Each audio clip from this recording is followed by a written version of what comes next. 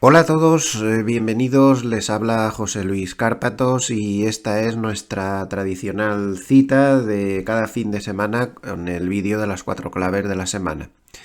Las 4 claves ya saben que son clave técnica, clave fundamental, clave cuantitativa o de fontanería de mercado, hoy en día la más importante en estos mercados tan extraños, y por último clave de varios. Empezamos a grabar hoy sábado 4 de enero a las 9:49 de la mañana, hora española, 6 horas menos, hora de Nueva York. Espero que hayan pasado ustedes una buena semana, una semana rara otra vez. El vídeo, como pasó la semana pasada, seguramente me va a salir bastante más corto que de lo normal, igual que la semana pasada, como decía, porque ha habido fiestas por en medio, navidades, está medio panorama económico de vacaciones, no hay papers, no hay, pues que no hay ninguno, no sale ni los de Goldman diarios, ni el de Harnett, que ya saben que para mí es básico para ayudarme a interpretar la situación. No ha habido papers de casi para nada de gente buena y nos tenemos que arreglar pues con lo que hay. Así que bueno, pues le daremos un repaso a cómo están las cosas y cuando terminemos pues ya hemos terminado. Ya el próximo vídeo ya estará todo el material habitual del que dispongo para poder hacer buenas interpretaciones y demás. Por lo demás, pues les muestro cómo está aquí el tema de la nieve para tener una nota de color. Estas fotos las acabo de tomar con mi móvil por la ventana, desde donde trabajo. O sea, estoy justo enfrente de eso. Yo estoy pegadito a la ventana, mirando hacia la ventana. Y bueno, pues esta es la vista que tengo. Como ven, se ha deshecho una parte de la nieve. Ayer nevó. Hacía varios días que no nevaba, pero la nieve no se deshace. Como ven, sigue habiendo un muro ahí enorme. Esto se supone que era mi ex jardín, que está tapado por la nieve. Y hay un muro enorme que ha bajado de altitud, estaba como en metro 60, ahora ha bajado 1 metro, pero no se deshace. Y ayer pues nevó un poco más y ahí seguimos, como ven. Es una vista preciosa, muy motivante, que te ayuda a la creatividad y a todo tipo de cosas. Aquí sí que se ve mejor mi ex jardín. Está la barbacoa, la casa de los trastos y aquí se supone que había un huerto. Sí, pero es que está todo tapado de la nieve. Pero bueno, antes la nieve llegaba a tapar esa barandilla que se ve ahí. Todo esto, hasta la barandilla, estaba tapado por la nieve y de aquí solo sobresalía esta parte de aquí y todo esto, toda esta valla estaba también tapada por la nieve. Pero ya ven el muro, ¿no? La carretera está bastante despejada, pero bueno, esto lo tengo justo enfrente de la ventana también. Y ahí lo ven, para que vean que no les engaño, aquí sí que se ve un trocito de ventana. Y bueno, pues esta es la carretera que accede a la casa. Eh, Tiene 2 pisos, toda la casa es nuestra. La carretera, como ven, ya se ha conseguido despejar bastante bien. Yo tengo la entrada al garaje justo por aquí por el lado y ya he aprendido cómo funciona esto. Uy, qué pequeñito se me ha hecho esto.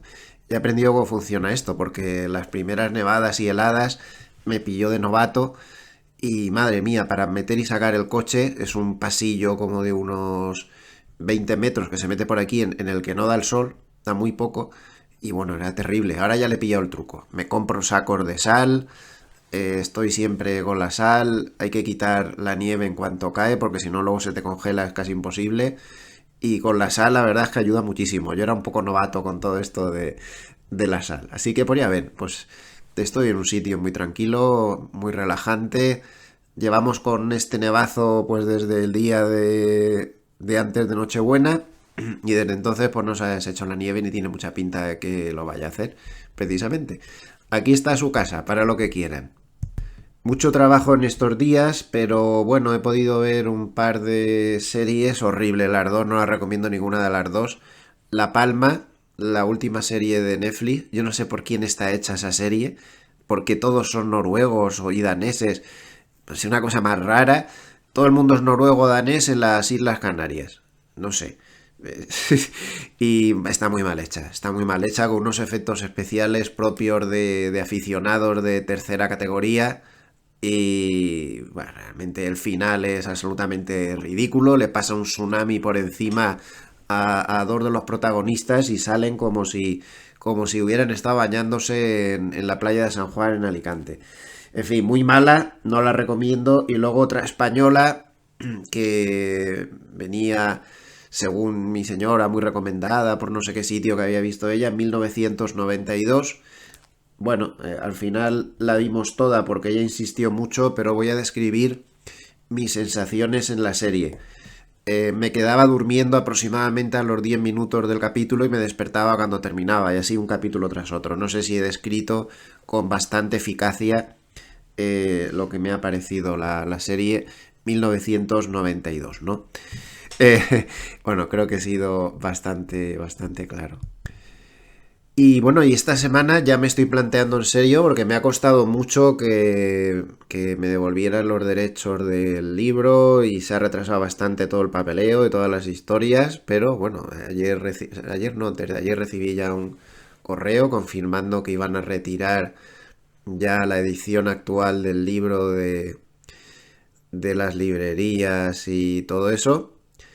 Y a partir de ahora pues recupero los derechos y mi intención pues es autoeditarlo como siempre he hecho. No sé si conseguiré volver a levantar una editorial. Me gustaría mucho porque fue una etapa muy bonita cuando tuvimos la editorial y publicábamos un montón de libros de operativa y cosas que luego la gente lo siguió buscando durante mucho tiempo cuando estaba todo el stock agotado. No sé si lo conseguiré, desde luego si lo hago en Suiza, que es donde vivo ahora y ya está.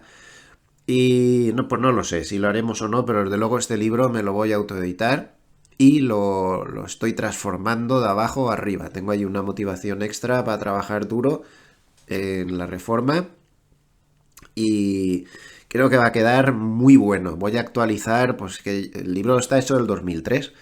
Voy a actualizar todas las nuevas cosas, todo cómo lo hago, cómo no lo hago. Voy a reflejar pues todo lo poco que sé del mercado con total humildad y contar bastante más de mi vida y de mis andanzas y todo. Bueno, creo que va a salir un libro que pueda ser útil, que pueda servir de referencia al menos, para que la gente pues no cometa los errores que yo cometí y para que esté al día de todo lo que hay en cuanto a análisis técnico. Va a haber análisis cuantitativo, algo que antes cuando escribí el libro no estaba. Todo va a estar ahí, no sé, voy a hacer un compendio de todo lo que sé.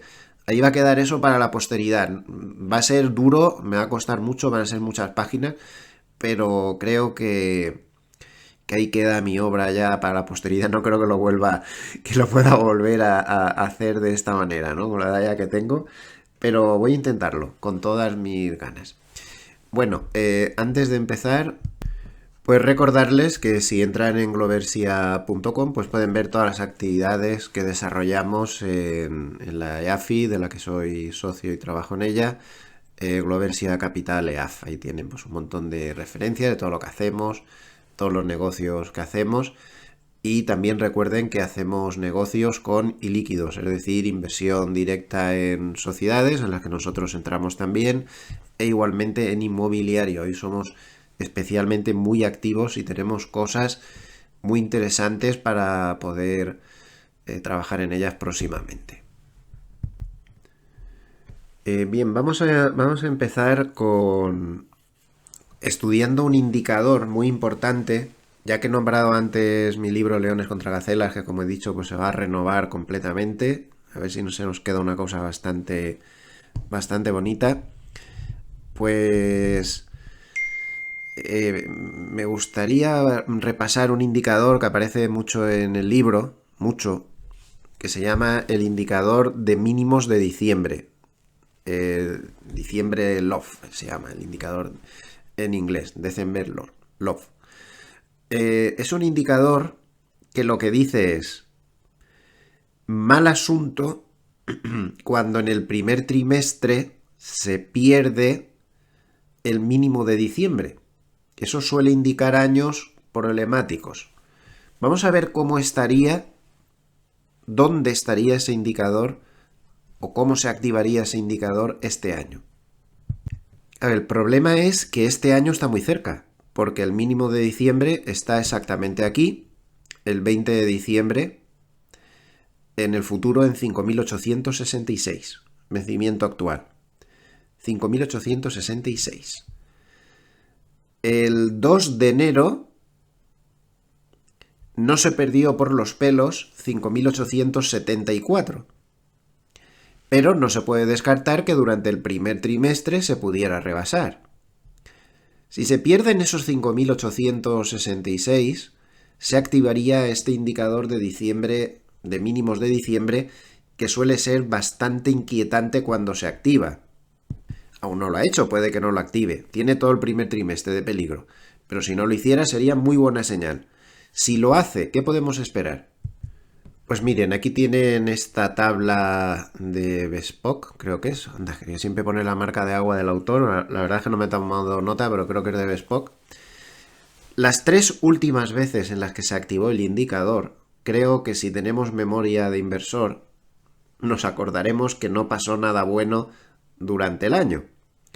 Porque estamos hablando de que las 3 últimas veces en que se activó el indicador fue en el 2018, que fue un año muy duro, anterior año donde Trump estuvo subiendo aranceles, la guerra comercial provocó muy serios problemas, el 2018. En los últimos 3 trimestres se perdió un 5,1 y en el total del año el 6,2. Voy a agrandarlo esto un poco para que lo vean mejor. Sobre todo la parte final, que es la que me interesa. El 2020, hombre, los resultados finales de los 3 últimos trimestres y el final de año son muy altos porque se rebotó, pero creo que todos recordaremos que después de que se activara ese mínimo de diciembre, pues muy bien no fue la cosa, ¿no? Tuvimos una de las caídas más rápidas y más grandes que se han tenido nunca, o sea que fue terrible. Y en la última ocasión en la que se activó fue en el 2022 y nos estaba anunciando que íbamos a tener un año bajista. O sea que las 3 últimas ocasiones, 2018, 2020, 2022, en que se activó este indicador de perder el mínimo de diciembre durante el primer trimestre, las pasamos moradas. En el 2022, los 3 últimos trimestres dieron una pérdida del 15,3% y en el año del 19,4%. Al final, si tomamos todos los casos históricos, en promedio, cuando se activa el indicador de diciembre nos da un año ligeramente negativo, menos 0,2%, la mediana es de 0,1% y las posibilidades de tener un año positivo se reducen a un 48,6%, que está muy por debajo de lo normal, que suele ser claramente por encima del 60%. Es decir, que muy buena cosa no es y por lo tanto pues vamos a dejarlo anotado y guardado en la recámara por si las moscas. Este indicador de mínimos de diciembre, repito, se activaría en el futuro con la pérdida del 5.866. Si lo están mirando en el spot, que lo mismo me da, pues ese mínimo de diciembre está aquí en exactamente 5.832,30. Llegó a estar a 5.829,53. Es decir, que a efectos del spot ya se ha perdido. Luego ya se ha activado la pauta negativa. Me gustaría verlo confirmado en el futuro. También la pérdida es por muy poquito. 5.832, 5.829 es muy poca cosa. Vamos a darle un poco de margen y a pedirle que lo rompa con un poco más de claridad. Pero a priori podría estar activado ya, a efectos del spot, por muy poco. Estas cosas hay que darles un poquito de margen, ¿de acuerdo? Ya que tenemos el gráfico del spot aquí, desde un punto de vista técnico las cosas están bastante claritas. Observen cómo la media de 100, que es la línea negra, ha actuado muy eficientemente, mejor incluso que la media de 200, como indicador de por dónde iban los tiros. Siempre que se ha metido por debajo desarrolló un tramo bajista desde 2023 y a partir de entonces siempre se ha mantenido por encima de la media de 100. Solo hubo un episodio que fue el día que el 5 de agosto donde el VIX se fue a 65, esa locura que vimos, que tuvo un gap de apertura muy fuerte, pero luego el resto de días estuvo cerrándolo. Por lo tanto no creo que esto se pueda considerar como una pérdida. Y ahí tiene el nivel clave, 5.800. 5.800. Técnicamente hablando, perder el 5.800 sería muy grave. Le podría llevar a la media de 200, que está muy abajo, en 5.568. No se lo puede permitir. ¿De acuerdo? Así que por debajo tenemos las cosas muy, muy, muy claritas. Perder esa media de 100, podemos usar esta banda de Mogilev como filtro, en 5.800 nos podría llevar bastante abajo.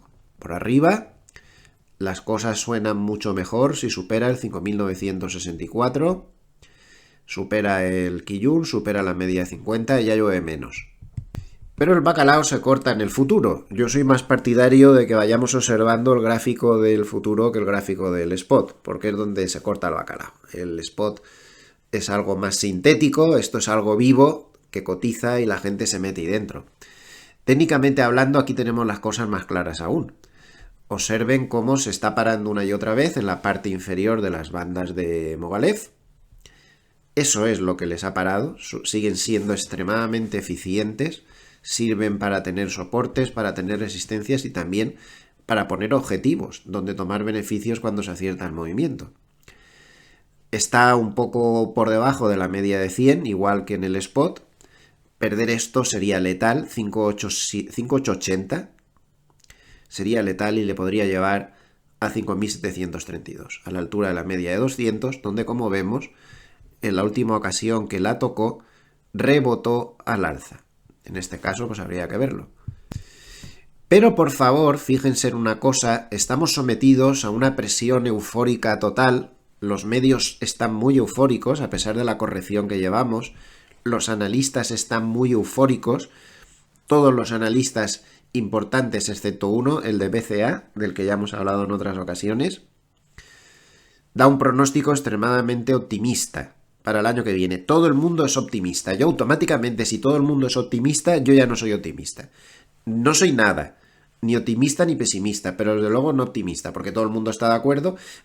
Nadie acertó que el año 2024 iba a ser tan positivo. Hay que estar siempre cómodo en lo que no espera nadie, pero en lo que espera todo el mundo hay que estar muy incómodo.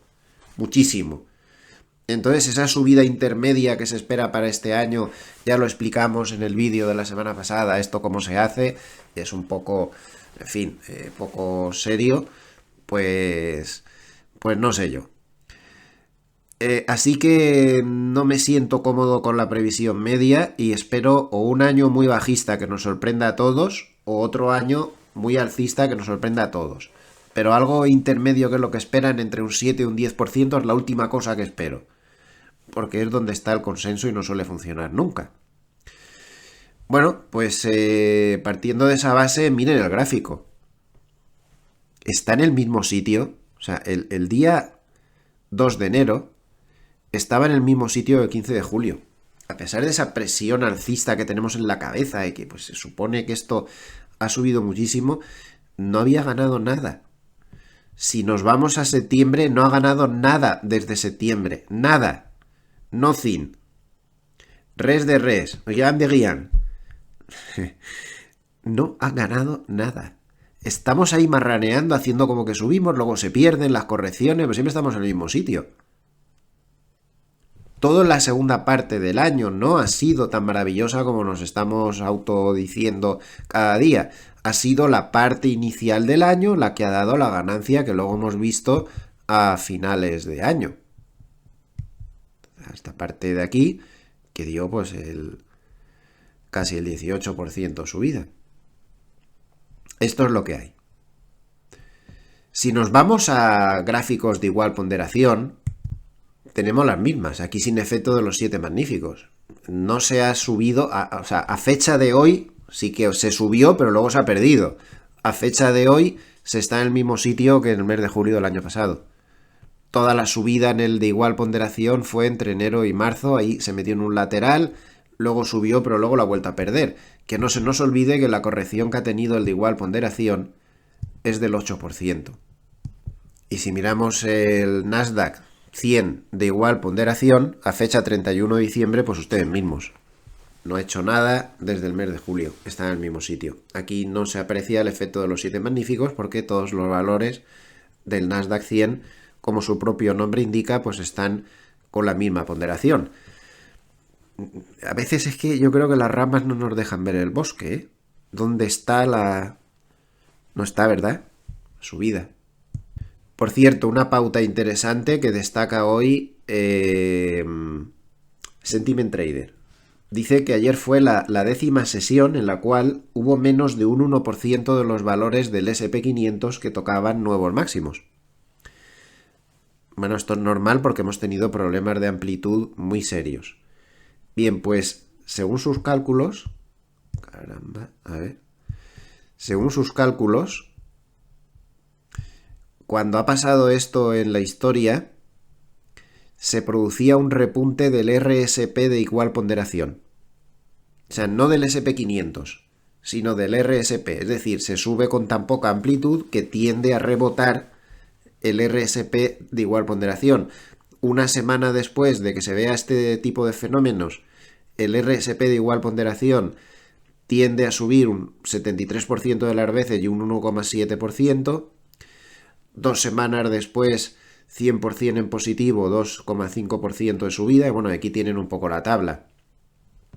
Y sobre todo, la pérdida máxima que se registró en ese RSP de igual ponderación, como vemos, no fue muy grave. Ni en una semana, ni en 2, ni en un mes, ni en 2 meses, ni tampoco en 3. Lo de la amplitud pues sigue siendo muy preocupante. Fíjense el tanto por ciento de los valores que lo están haciendo mejor que el SP500. Esto es muy normal, esto no es. 19% de los valores tan solo lo hacen mejor que el SP500. Con datos desde 1986 es el mínimo histórico. Está todo muy concentrado y el número de valores que lo hacen bien pues es extremadamente reducido, como pueden ver. Amplitud malísima. Aquí tienen una comparación entre el Nasdaq de igual ponderación, que sería la línea azul, y el Nasdaq normal, que sería la línea rosa. Como pueden ver, el Nasdaq de igual ponderación ha ganado 4 veces menos que el Nasdaq normal, totalmente influido por los 7 magníficos que son medio índice. Y aparte, pues ya ven, no sé, se ve quitado esta subida de aquí. Si es que casi está igual que en el mes de marzo. Solamente hubo este repunte, que luego se disolvió por completo y se perdió totalmente lo que se había ganado. Mercado real, 7 magníficos. Hay que hacer 2 análisis diferentes. El SP500, el Nasdaq 100 ya no representan al mercado. Antes sí, ¿verdad? No, porque hay demasiada concentración en unos pocos valores. Eso no es ni bueno ni malo. Simplemente es la realidad. Pero la mayoría de valores pues han tenido un año bueno, 6,1% no es nada desdeñable, pero tampoco ha sido la cosa para el repique de las campanas. Nada que ver con la euforia predominante. A mí esto ya me preocupa. Estamos dando los 7 magníficos por indestructibles. Automáticamente, posición mayoritaria, ya me estoy preocupando. O sea, es que se da por indestructibles, como que es imposible que puedan tener correcciones serias. Esto me recuerda mucho a lo que se decía de Cisco hace muchos años. Lo mismo, se decía lo mismo. Sí, ya sé que ahora pues se está trabajando con un descubrimiento que puede cambiar el mundo como es la inteligencia artificial, pero en este momento, cuando Cisco subió todo esto y luego lo perdió absolutamente todo, también se estaba con un descubrimiento que iba a cambiar la vida de todos, y igual de importante que la inteligencia artificial, como era el auge de Internet. La explosión de Internet en sí mismo. Y bueno, y pasó lo que pasó. Luego, con el paso del tiempo, como era una buena compañía, simplemente se había sobrevalorado un poco el asunto, pues fue recuperando, o sea, y poco a poco, unos 20 años después, llegó a superar estos máximos que dejó aquí. ¿Ustedes cómo saben que esto no va a volver a pasar? ¿Dónde está escrito esto? Por mucho envidia, por mucho lo que queramos. Este era el mismo caso. Capitalizaciones enormes. Precisamente no son un poco demasiado enormes las capitalizaciones. Bueno, son reflexiones que me hago. No tiene por qué suceder absolutamente nada a corto plazo que nos tenga que preocupar. Yo solo digo que en el mercado, never say never again. Nunca digas, nunca jamás. Nunca digas nunca jamás. Yo me acuerdo cuando antes del estallido de Lehman se vendía un estructurado muy popular en casi todos los bancos de banca privada a nivel mundial. Era un estructurado que te decían: mira, esto es muy sencillo, vas a ganar el tropecientos por cien siempre que Goldman, Lehman, Bank of America y Citi no bajen más del 50% en un año. La gente se tiraba de boca, se gastaba fortunas comprando el estructurado porque era seguro, era imposible que se diera la condición negativa bajo la cual se perdía dinero. Bueno, pues Lehman desapareció directamente y bancos muy buenos, como Goldman por ejemplo, llegaron a perder, a bajar el 75, casi el 76%.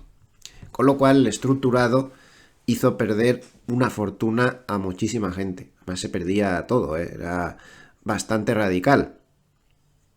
¿De verdad ustedes creen que en este momento alguien podía pensar que alguien como Goldman o como Lehman o como alguien de estos pudiera bajar un 76%?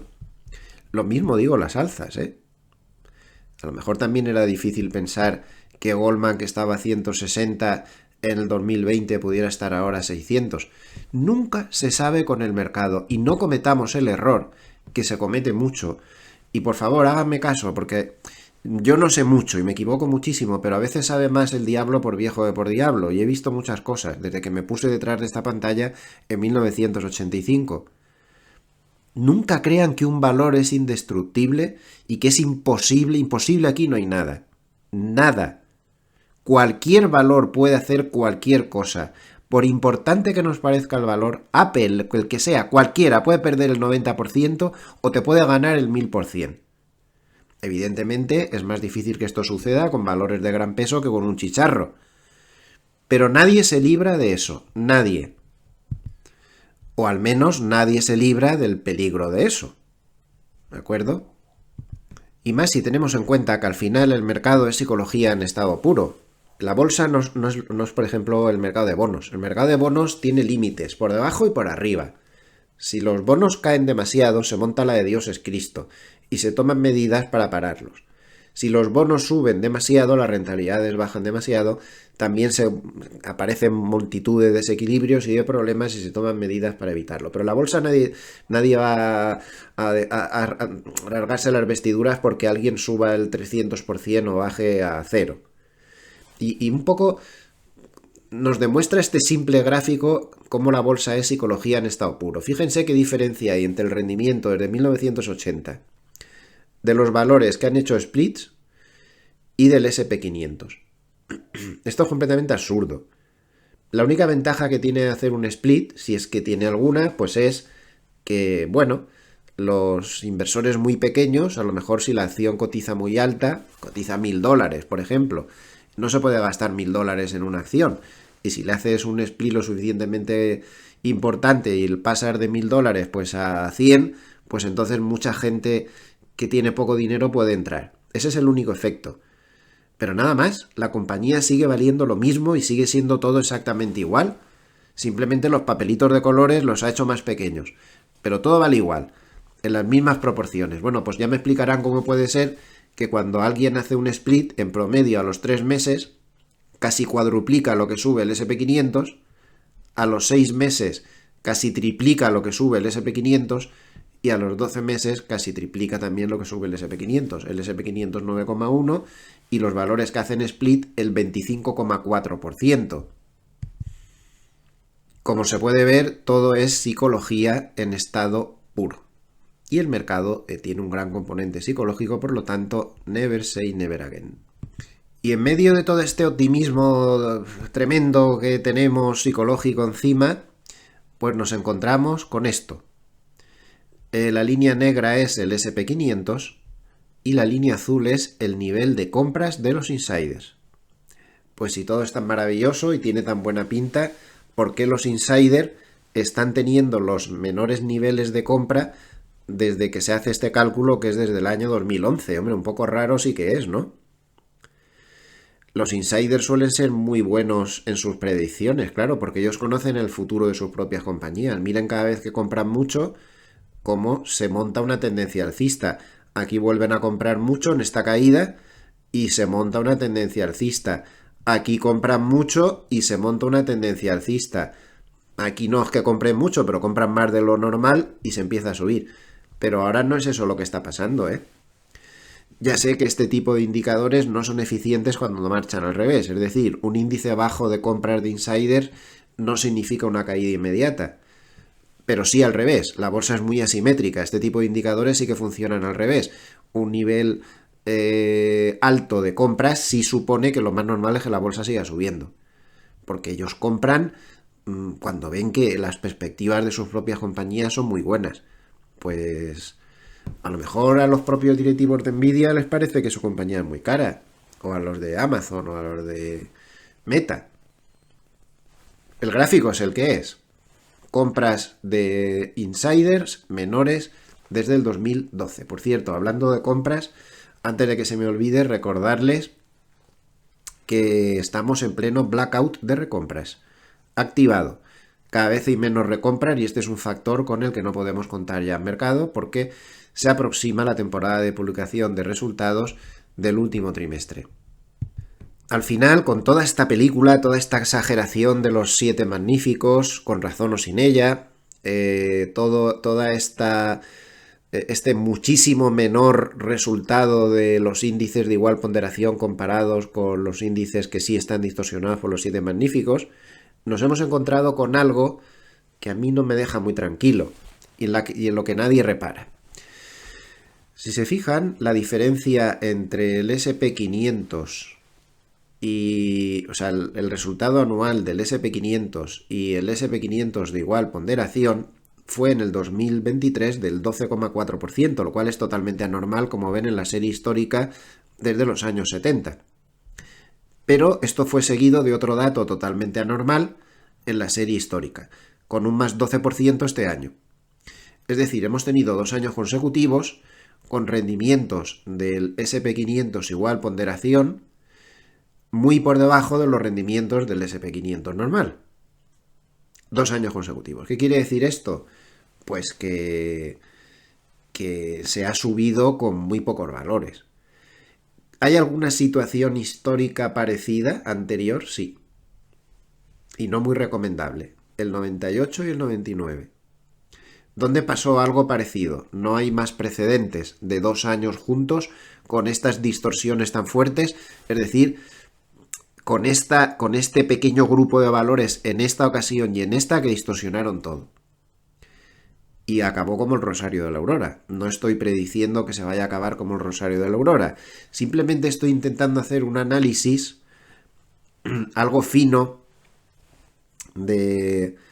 ¿cómo decirlo? De grano fino. Estoy intentando afinar bastante de por qué no me parece demasiado tranquilizador el 2025 y lo dejo ahí porque yo no me siento capaz de hacer pronósticos para este año como parece que todo el mundo hace con tanta facilidad. Yo no lo veo claro. Simplemente mi hoja de ruta para el 2025, ya saben que me gusta tener una hoja de ruta de qué puede pasar, pero ahora mismo no tengo ninguna. La hoja de ruta es que me parece que hay demasiadas cosas inquietantes como para no descartar que el 2025 pueda ser un año turbulento, lo cual no quiere decir que acabe bajando, pero sí que mucho me temo que vamos a tener momentos muy difíciles en el año y es posible que momentos muy bonitos también, no lo sé, pero turbulencias va a haber, lo tengo clarísimo. Y este es otro de los motivos por los cuales me preocupa. Así que, ¿cuál es mi hoja de ruta? Estar preparado, estar mirando los gráficos, darle más importancia que nunca al análisis técnico, que es el único que te puede analizar con frialdad situaciones de años turbulentos, y actuar haciendo lo que me diga el análisis técnico, acompañado del cuantitativo, y descartando, salvo en casos de que se vea venir una recesión o algo así, el tema fundamental, porque no nos va a ayudar en nada. Esto es lo que hay, y esto es mi modestísimo pensamiento. Aquí tienen un gráfico de esta concentración que no me parece buena, que estamos teniendo. Como ven, los 10 valores con más ponderación en el SP500, vamos un poco más allá de los 7 magníficos, los 10 valores mayores tienen ya prácticamente el 40% de ponderación.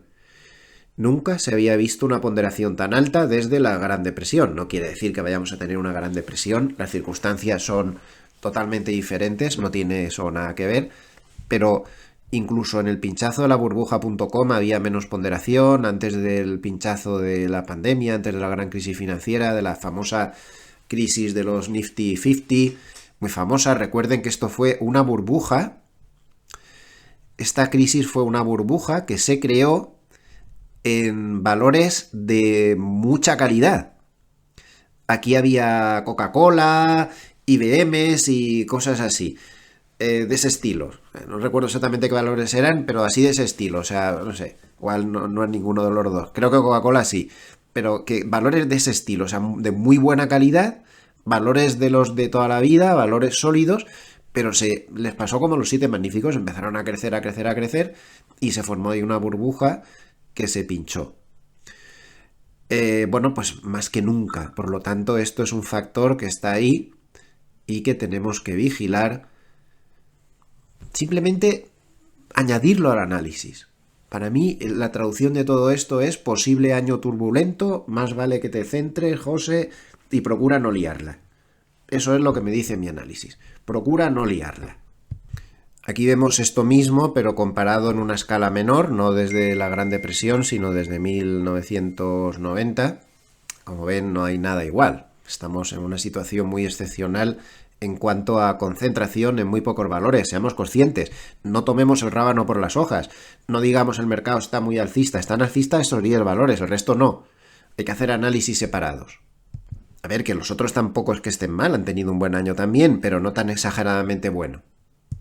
Otra pista más que a mí me lleva a pensar que este va a ser un año turbulento. El apalancamiento. Y esta es de las pistas que más me preocupan, ¿eh? Porque por experiencia, y vuelvo a decir que sabe más el diablo por viejo que por diablo, cada vez que se ha visto excesos de apalancamiento en el mercado para meterse comprado en él, es decir, me hipoteco hasta la casa si hace falta para meterme hasta mi suegra si es necesario porque esto es un chollo y esto no va a parar de subir, mal asunto. Fíjense este indicador que lo calcula la web Sentiment Trader, es el índice RIDEX de apalancamiento total alcista partido por apalancamiento bajista. Es decir, deudas pedidas para entrar al alza y deudas pedidas pues para ponerse corto, porque te puedes apalancar en cualquier dirección. Como podemos ver, desde la gran crisis financiera nunca habíamos visto un apalancamiento alcista tan importante como este. El más parecido que se había visto recientemente se vio a finales de diciembre y, como todos recordaremos, estos excesos dieron pie a esta corrección del 2022. Como ven, otra pista más que en sí misma pues a lo mejor puede no indicar demasiado, pero en el conjunto de todas las pistas que estamos levantando pues nos indican que vamos pasaditos de rosca, señoras y señores. Vamos pasaditos de rosca. El establishment nunca se lo va a reconocer que vayamos pasaditos de rosca, pero es un poco lo que hay. Y claro, estos valores, estos pocos valores en los que se concentran todas las compras, pues han llegado a ratios, a ver, no para tremendos, ¿no? Apocalípticos, pero sí, pues muy caros. Ya saben que yo le tengo mucha fe al ratio precio-ventas. Un ratio precio-ventas normal es 3, por encima de 3 es caro. Por ejemplo, el SP500 en su conjunto, pues está normal, 3,1. Está ahí en el límite. No es barato, pero tampoco es tremendo, 3,1. Pero claro, los 7 magníficos, Google 7 veces, Apple 10 veces, Microsoft 12 veces y Nvidia 30 veces. Nvidia tiene que mantener unos niveles de crecimiento, de beneficios, de todo, para mantener la llama, ¿no? Para hacer que bajen estos ratios.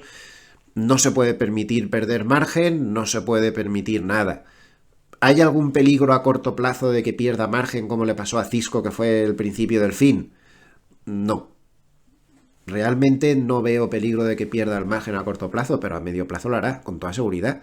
No les quepa ni la menor duda. No porque Nvidia lo haga mal, sino porque los otros están todos poniéndose de acuerdo para intentar arrebatarle cuota de mercado y son también muy buenas compañías sus competidores y tarde o temprano empezarán a erosionar ese margen y Nvidia no lo podrá evitar, salvo que sean no sé, auténticos niveles de genialidad los que manejen sus directivos. Fíjense a nivel de hogares lo que supone la bolsa en la riqueza promedio de los hogares, cómo ha subido muchísimo desde 1999. Esta riqueza nunca había sido más alta.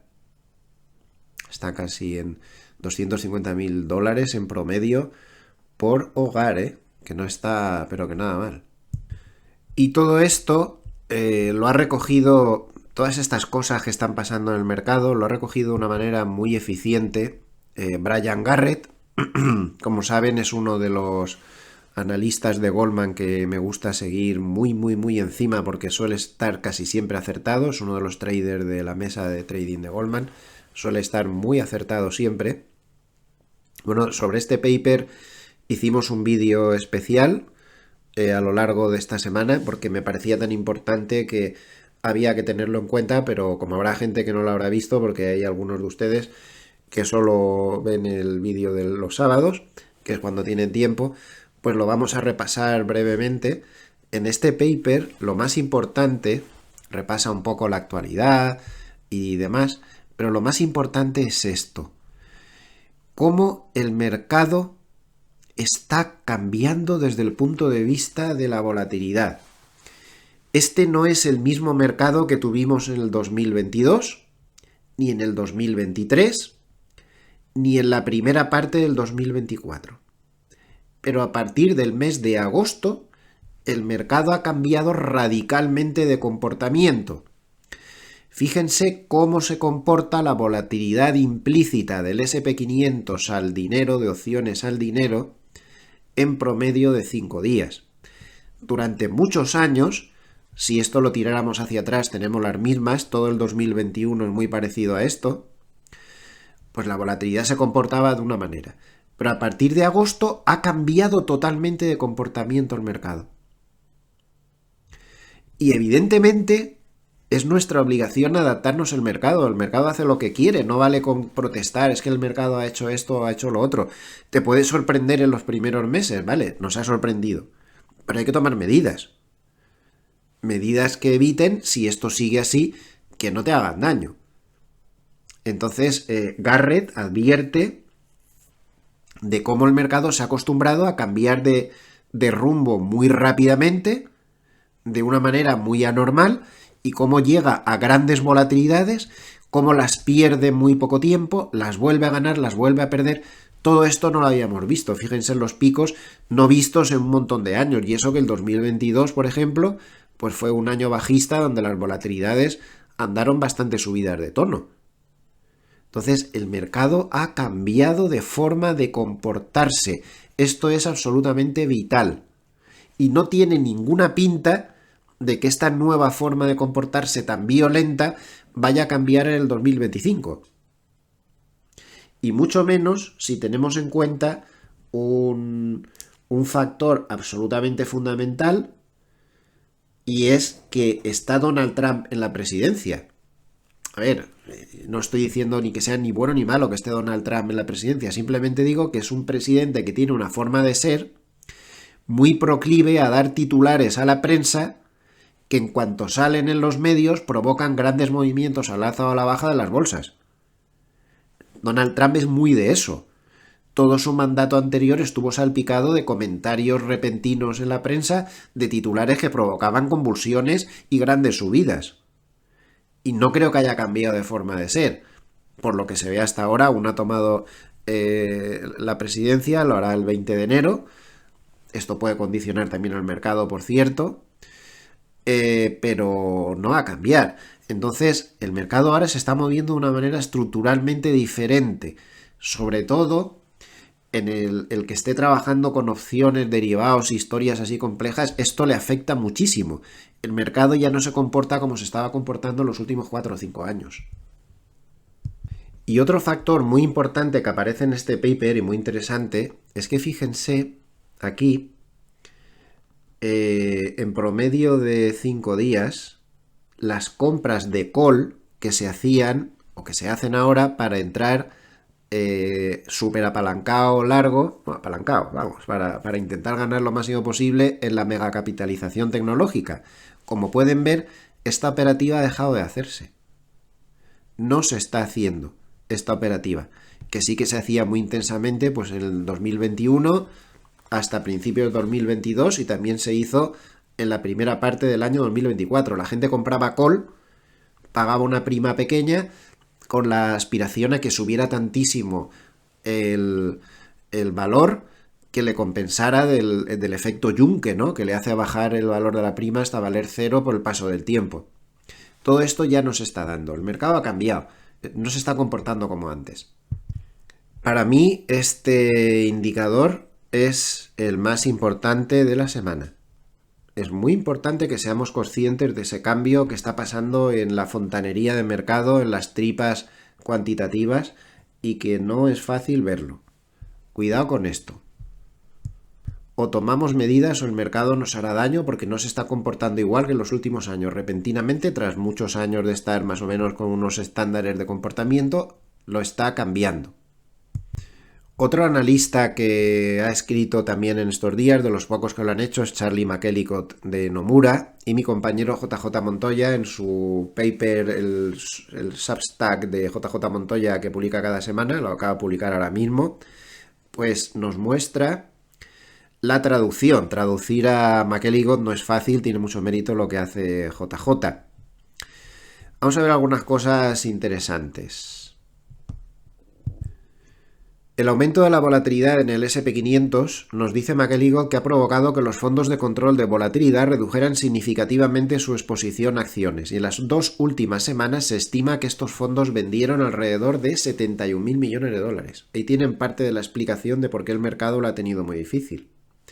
En este momento las previsiones no son de que paren de vender, sino de que sigan vendiendo. ¿Cuál sería la situación actual según McElligott? Pues dice que si el S&P 500 sigue teniendo movimientos diarios del 1%, ayer los volvió a tener otra vez, eso es volatilidad al alza. Ayer había analistas que estaban recordándonos que la volatilidad no es solo cuando baja, que el mercado está dando bandazos, como muy bien ha mostrado Brian Garrett en el gráfico que hemos visto antes, creando volatilidad positiva y negativa, las dos cosas, porque también cuando sube, sube muy exagerado. Entonces dice que si el S&P 500 sigue teniendo movimientos diarios del 1%, podrían seguir dándose ventas significativas de hasta 28.000 millones por parte de los fondos de control de volatilidad en las próximas 2 semanas. Seguimos teniendo ese peligro de nuevas ventas fuertes si la volatilidad no se calma.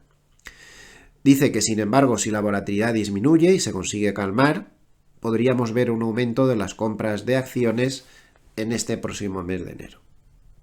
Pero de momento las cosas no han cambiado significativamente. Lo dice aquí bien claro en este párrafo. Los inversores siguen centrados en protegerse contra caídas significativas. Esto es lo que más obsesiona ahora mismo.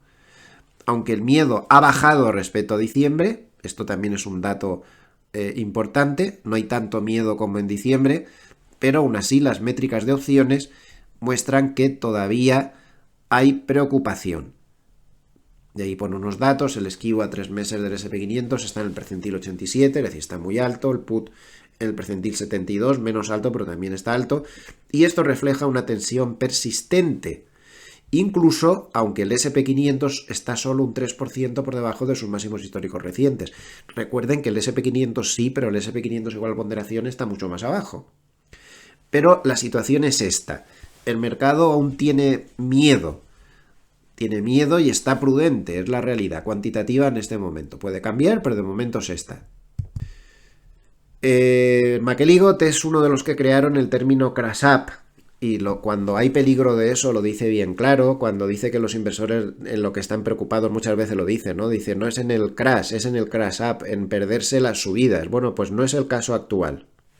Los inversores dice que no están preocupados actualmente por fuertes subidas inesperadas. Esto podría ser peligroso porque si ocurre un rally sorpresa al inicio del 2025, se van a ver obligados muchos a comprar rápidamente porque ya ven que el panorama es un tanto pesimista entre los profesionales importantes. Entonces, si hubiera un rally sorpresa, se verían obligados a comprar rápidamente, generarían inestabilidad y harían que las opciones de compra parezcan baratos. En estos casos, ojo, los mercados suelen subir con volatilidad antes de revertir bruscamente porque el movimiento al alza se vuelve insostenible. O sea, estamos en una situación donde si hubiera un rally sorpresa, de momento con lo de ayer no es suficiente, podría haber una explosión de compras rápidas, pero que a su vez van a generar más inestabilidad porque este tipo de rallies, desde un punto de vista cuantitativo, como ven que lo dice aquí muy claro, se convierte en insostenible relativamente rápido. A que ya ven cómo está empezando el año de complejo a nivel cuantitativo también.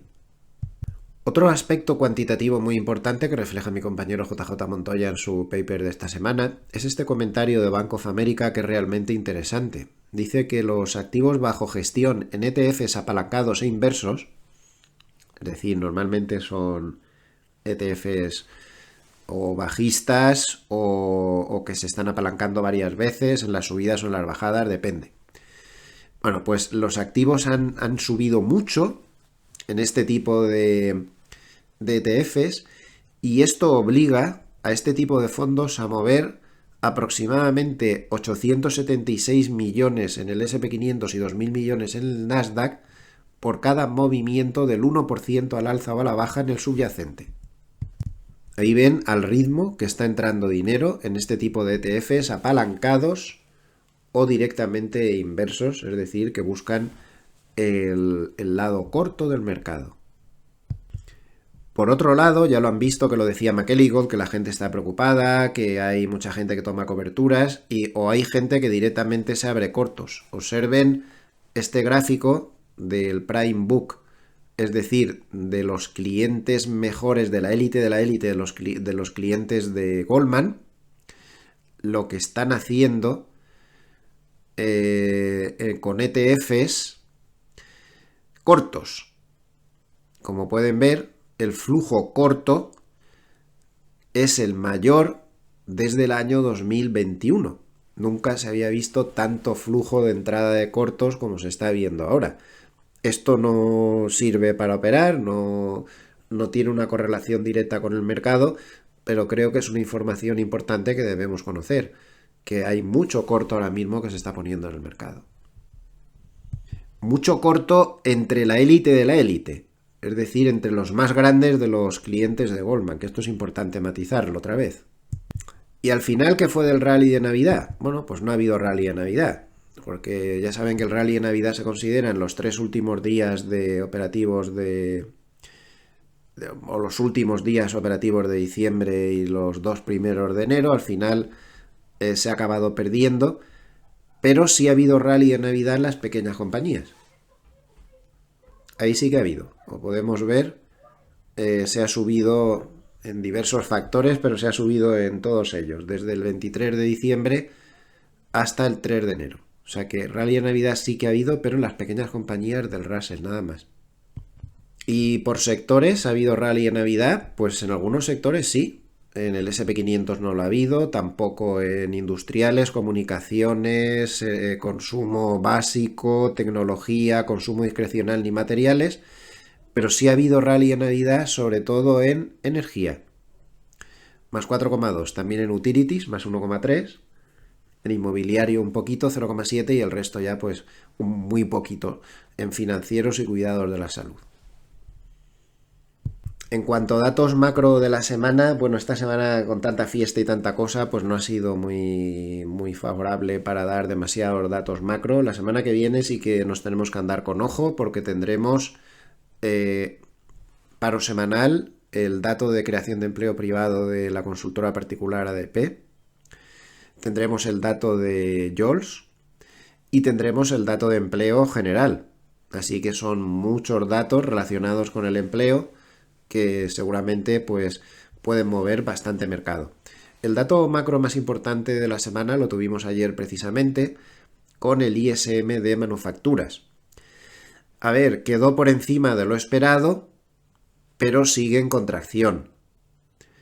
Lleva 25 de los últimos 26 meses en contracción. Manufacturas. Bien es cierto que manufacturas es solo el 25% de la economía aproximadamente, pero en fin, no parece mostrarnos que esta parte de la economía vaya demasiado bien, ¿no? Además, Si entramos a ver el dato más despacio, pues vemos cosas como que la creación de empleo bajó a 45, es decir, profunda contracción en la creación de empleo de manufacturas, aunque sea solo el 25% del empleo, pues es una cifra a tener en cuenta.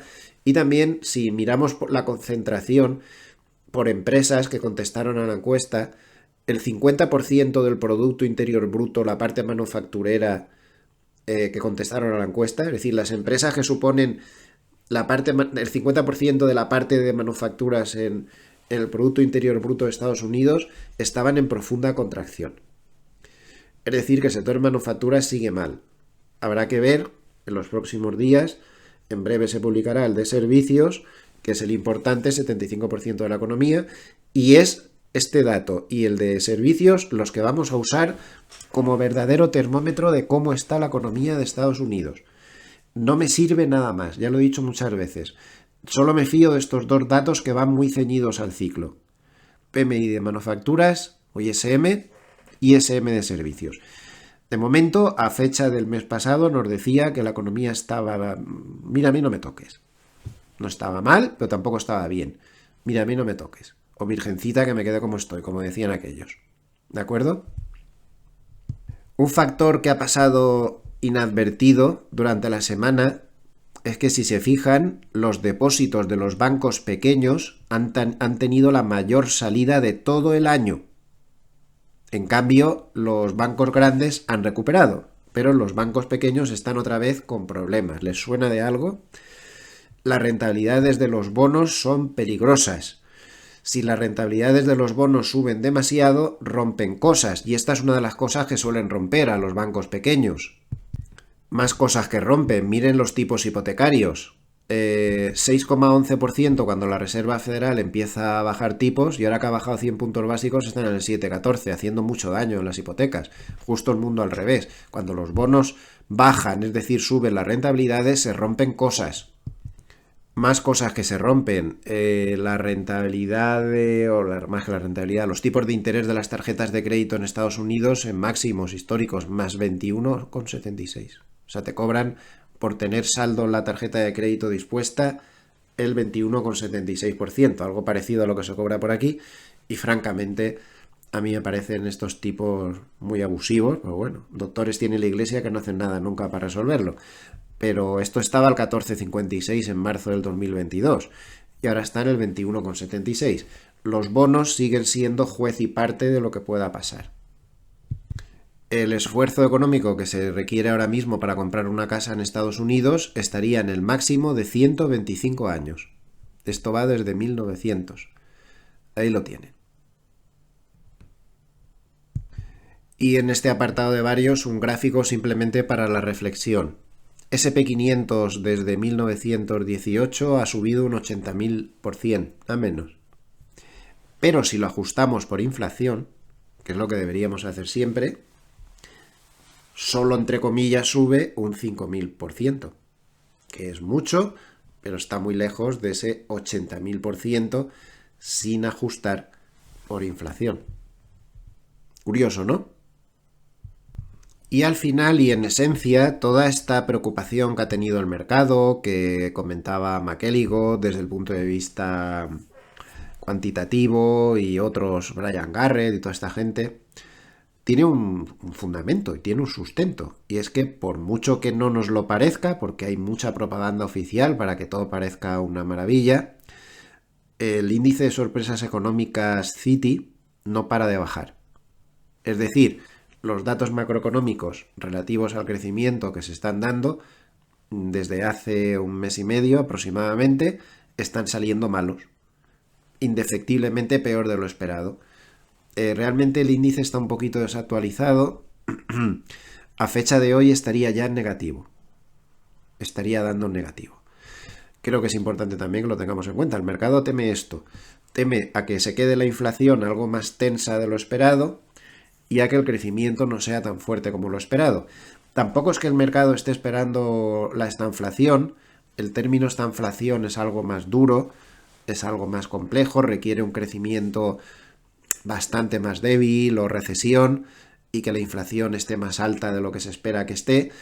pero es algo parecido, una mini estanflación. Es lo que se está temiendo y el mercado no cambia el rumbo, porque sigue sin encontrar datos que le indiquen que la situación está mejorando. No es trágica, pero no es buena y el mercado es sensible a estas cosas. Para terminar, dos temas. En primer lugar, con el petróleo. El petróleo ha tenido una fuerte recuperación en los últimos días. A ver, tengo el gráfico de un mes. Ahora sí, el gráfico de un día. El petróleo ha tenido una fuerte recuperación en los últimos días porque los inventarios en Cushing, que es el centro de control de ese tipo de cosas, están en mínimos desde octubre del 2023. En general, los datos de inventarios le han sido muy favorables. También el petróleo está descontando que hay posibles olas de frío en Europa. Bueno, aquí la tenemos permanente, aquí donde estoy yo, pero en el resto de Europa y en Estados Unidos. También el corte de gas hacia Europa que pasaba por Ucrania, se acabó el gas ruso barato ya, definitivamente. También ha tensado los precios de la energía y en general pues el petróleo ha tenido una buena semana que le lleva, como vemos, al final de la semana a intentar romper la media de 200 por primera vez en bastante tiempo. Vamos a ver si esto cuaja o no. Igualmente, en cuanto al euro y el dólar, tenemos que recordar que se ha acabado la estacionalidad positiva para el euro en diciembre, que no la ha aprovechado en absoluto, y ahora empieza justo desde el 2 de enero, ya lo advertimos, ahí empieza la temporalidad bajista, la estacionalidad bajista. El propio 2 de enero se dio un batacazo bastante importante, ayer remontó un poquito, pero a partir de ahora la estacionalidad es muy favorable al dólar durante todo el mes de enero, sobre todo durante la primera parte, ya que por motivos fiscales pues se produce un efecto contrario al mes de diciembre. Es importante que consideremos que Bloomberg escribió un par de artículos durante la semana con bastantes cifras y bastantes números en los que se veía que los hedge funds están apostando sin ningún género de duda a que durante el primer trimestre, como mucho, se toca la paridad y puede que menos de la paridad. Y ya para terminar, pues comentar que el final de la semana ha sido bastante conflictivo para la bolsa china, con pérdidas acumuladas en los dos últimos días de cerca del 4%, y el panorama técnico pues está complicando un poco bastante. Hay cierto temor a que esas bajadas puedan perder zona de soportes y que continúen las caídas. Aquí lo pueden ver en este gráfico simplificado de Investing.